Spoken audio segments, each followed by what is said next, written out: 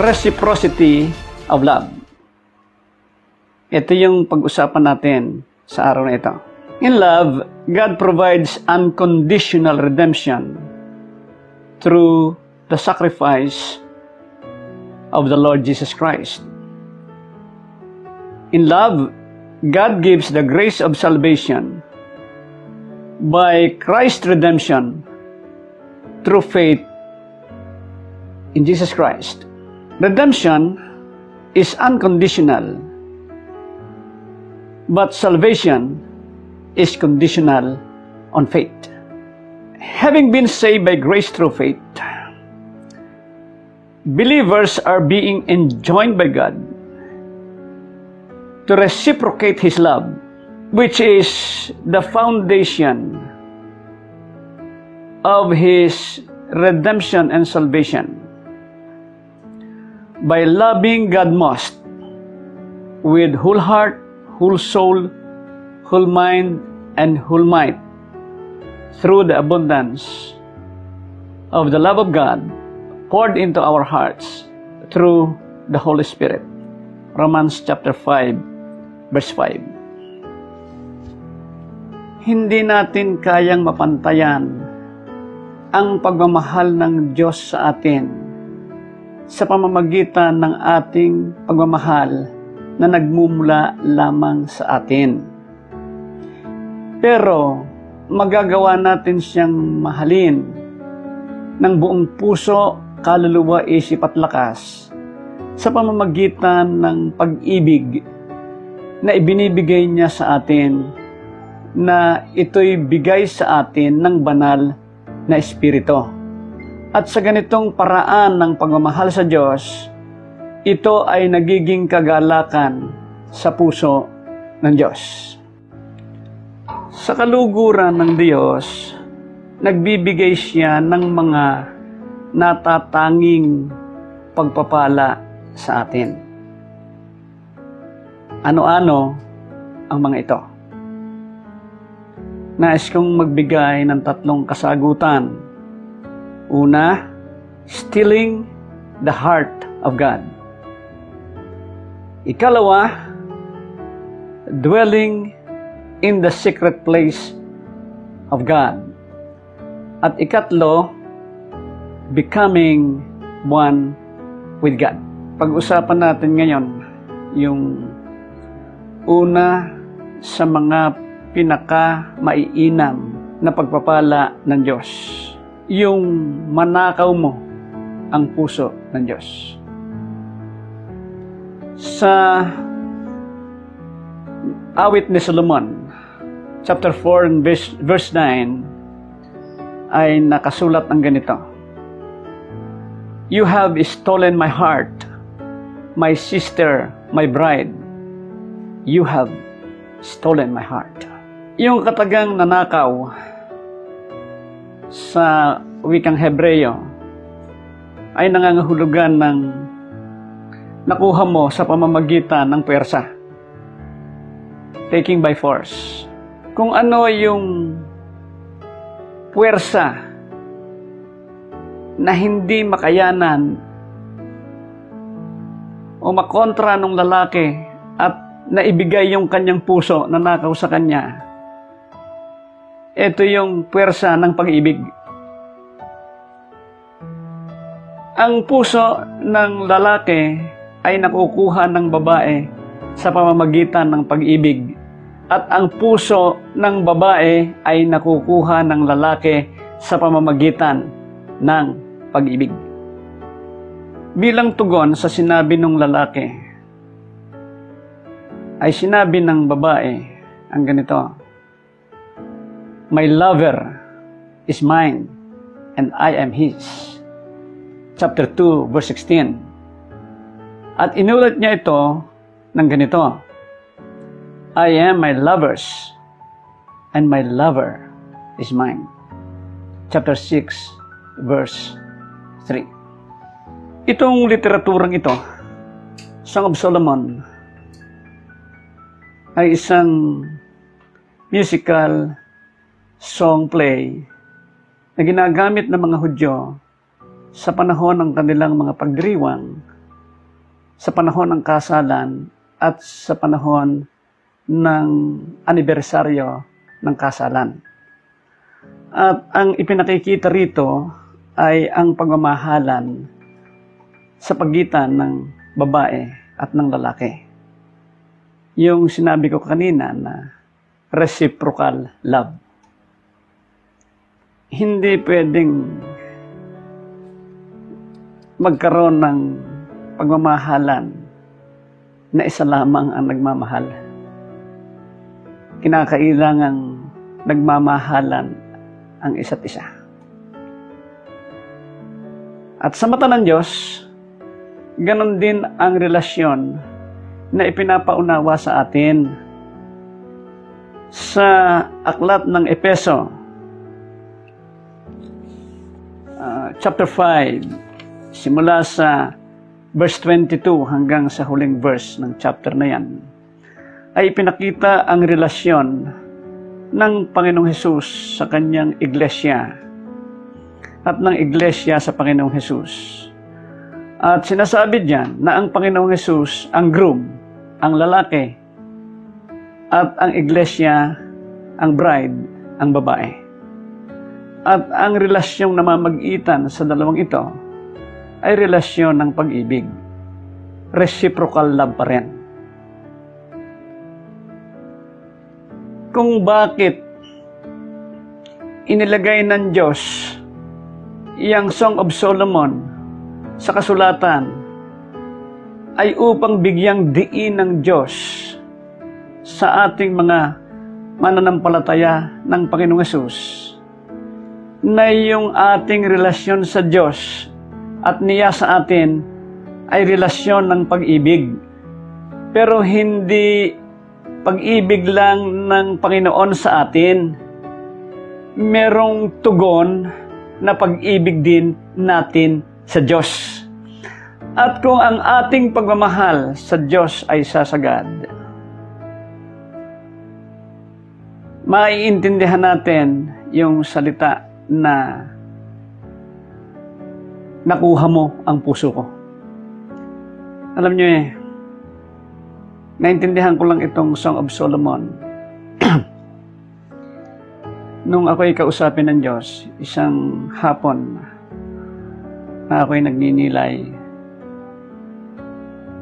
at biglang nagsalita sa akin ang Panginoon. Ang sabi niya, "My son, you have stolen my heart." Alam niyo, nung marinig ko yon, nagulat ako. Nung ko lang narinig ang ganong salita mula sa Diyos, na nakuha ko ang puso niya. Kaya nung marinig ko yon, naalala ko agad tong Song of Solomon. At ipinabasa sa akin ng Panginoon, nung oras na yon, yung buong aklat. At doon ko naintindihan kung bakit inilagay ng Diyos ang aklat na ito sa kasulatan. Upang sumagad ang ating pagmamahal sa Kanya at upang maranasan natin na nakuha natin ang puso ng Diyos. At pagkatapos kong mabasa ang kasulatan, nagtanong ako sa Panginoon. Ang tanong ko ay, bakit ko po ba nakuha ang puso nyo? Maliwanag ang sagot niya, nakuha mo ang puso ko dahil sa tipan ng pag-ibig mo na ginawa mo sa akin. At pagkatapos noon, nagtanong ang Diyos sa akin. Ang sabi niya, anong gusto mo?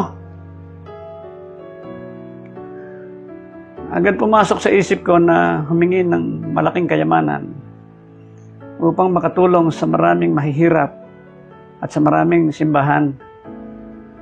Pero nung oras din na yun, naalala ko yung talata na ang sabi, anong mapapala ng tao kung makamtan man niya ang yaman ng sanlibutan at mapahamak naman ang kanyang kaluluwa? Hindi ako nakahingi ng yaman. Naalala ko rin yung hiningi ni Solomon. Sabi niya sa Diyos, give me wisdom. Inisip ko rin humingi ng wisdom. Kaya lang naalala ko rin na naging 1,000 ang asawa ni Solomon. Hindi ko talaga nagawang humingi ng wisdom. Sabi ko, baka maka 1,000 rin ako. Dahil sa talino. Kaya nanahimik ako, nag-isip ako. At pagkalipas ng ilang sandali, sabi ko sa Diyos, Lord, alam ko na kung anong gusto ko. Ikaw lang ang gusto ko. Sumagot na naman ang Panginoon sa akin. Sabi niya, I give you the keys of the kingdom. Sabi ko, Lord, di ba naibigay mo na yan sa lahat ng anak mo? At sa katunayan nga, yan alam na alam sa mga simbahan. Baka naman pag kinuwento ko ito, sabi ko, lalabas naman ako na masyadong extraordinary at masyadong sikat at higit sa kanila. Pero inulit ng Diyos, I give you the keys of the kingdom. Ang sagot ko, hindi ko ho naiintindihan ang ibig niyo sabihin.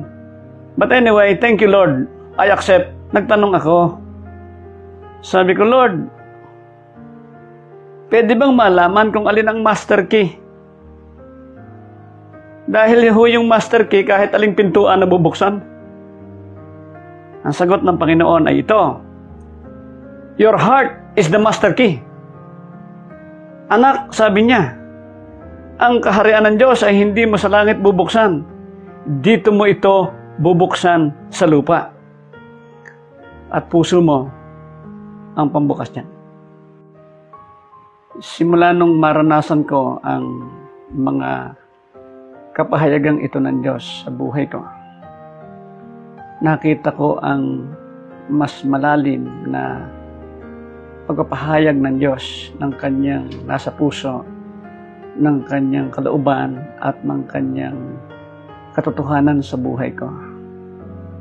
At doon ko rin nakita ang katotohanan ng kanyang mga salita. I came that you might have life and have it more abundantly. John 10:10.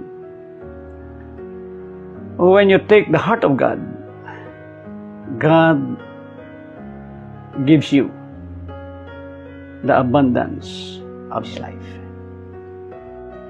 Ang ikalawang mapakahalagang pagpapala ng Diyos na ipinagkakaloob niya sa mga nagmamahal sa Kanya ng sagad at sapat, buong puso, buong isip, buong kaluluwa at lakas, ay yung makatira ka sa lihim na dako ng Diyos. Minsan ay dinala ko ng Diyos sa pagbubulay nitong Psalm 91. Binasa ko yung buong chapter at pagkatapos kong mabasa ay dinala ko ng Diyos sa verse 1. Natoon ang aking isip doon sa secret place of God. Kaya nagtanong ako sa Diyos, Panginoon, alin ba ang lihim na dako mo? At paano ako makakatira dito? Lihim nga ito.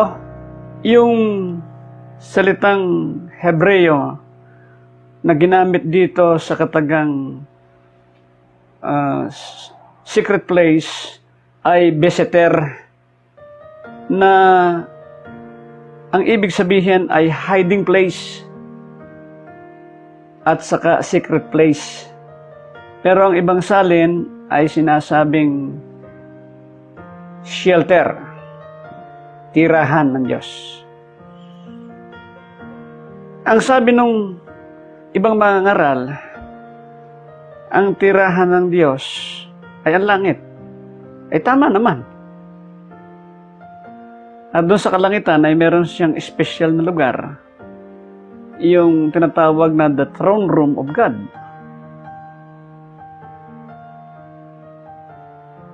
Pero ang tanong ko ay paano na literal nating matitirahan yung lugar na yon ay naandito pa tayo sa lupa. Wala naman tayo pa sa langit. Ang ibang interpretasyon nito ay sinasabing ang Diyos mismo iyong lihim na dako.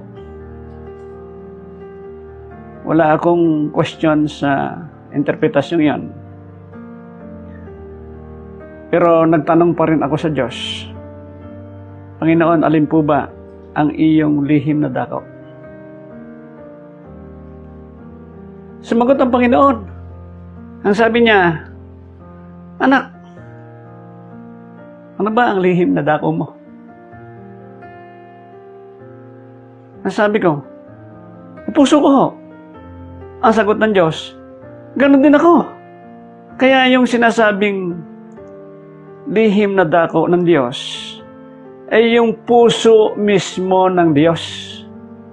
He who dwells in the very heart of God is perfectly secured. Sa mga panahong ito,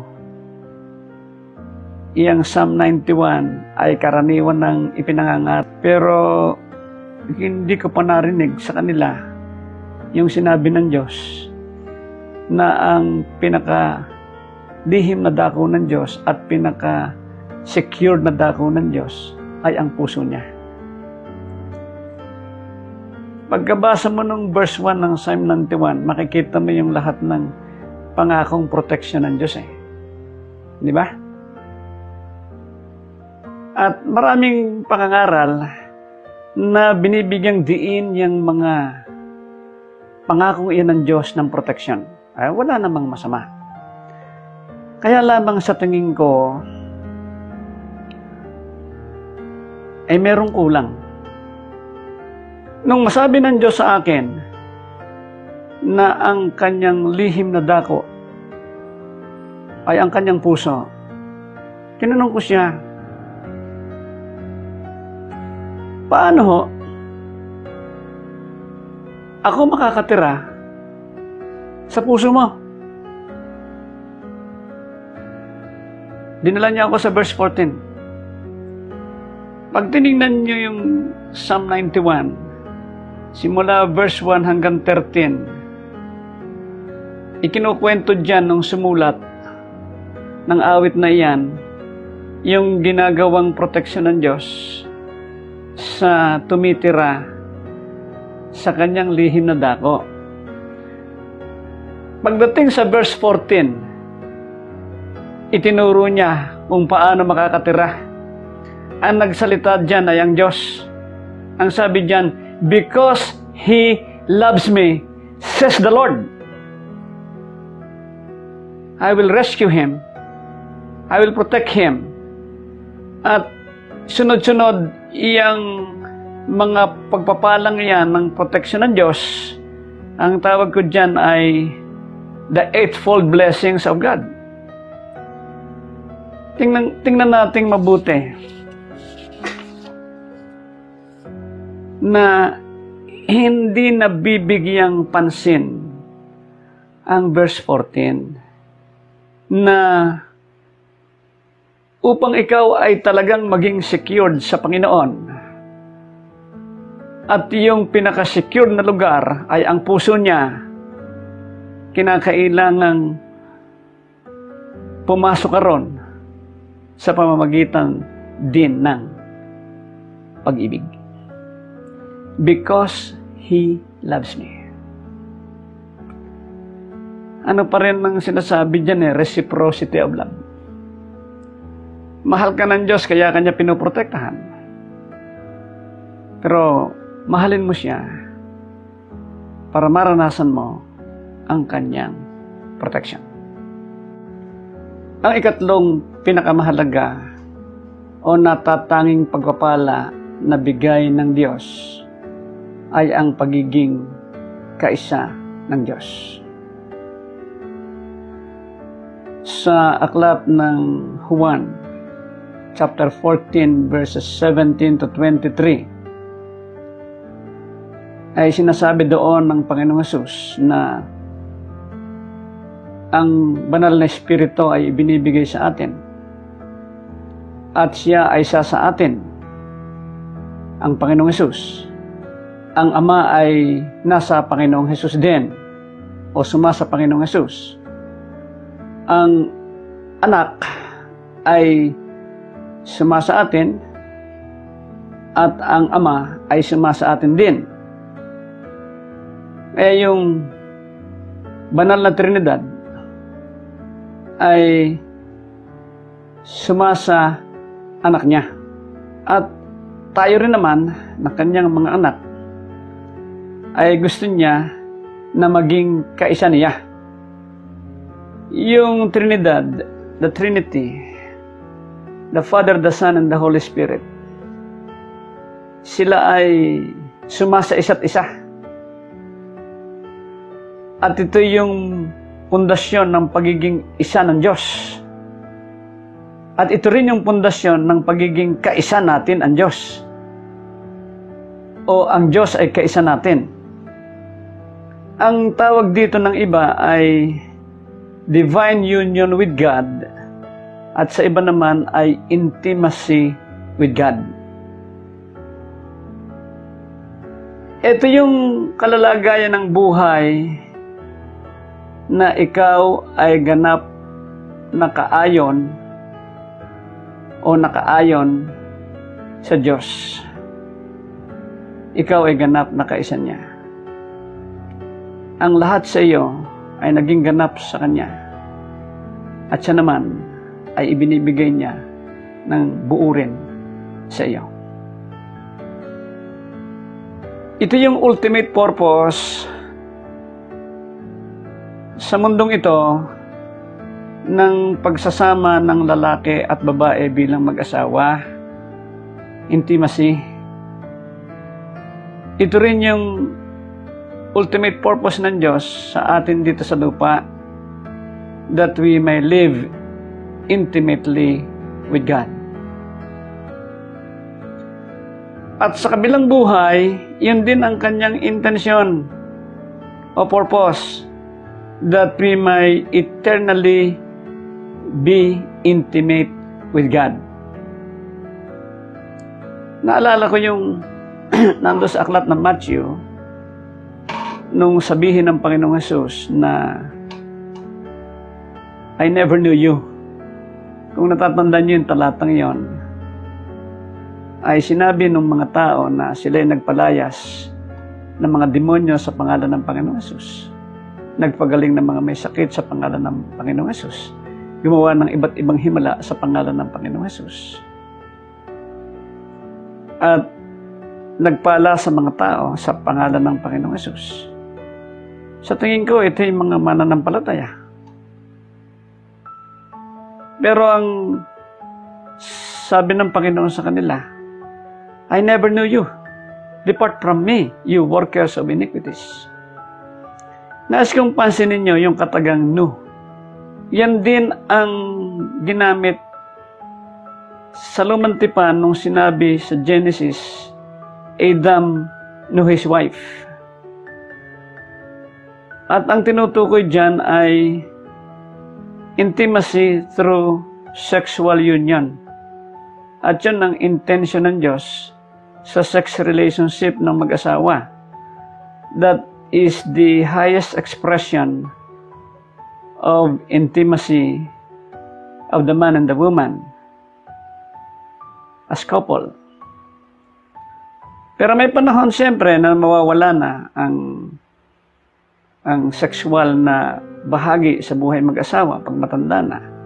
At sa dakong iyon, ng buhay ay mauunawa ng mag-asawa na ang layunin ng kanilang pagsasama ay yung tinatawag din na intimacy. Becoming one.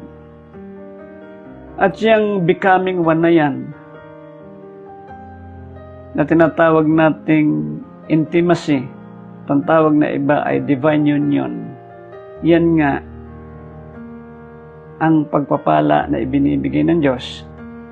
Isa sa pinakamainam at pinakamahalagang pagpapala na bigay ng Diyos.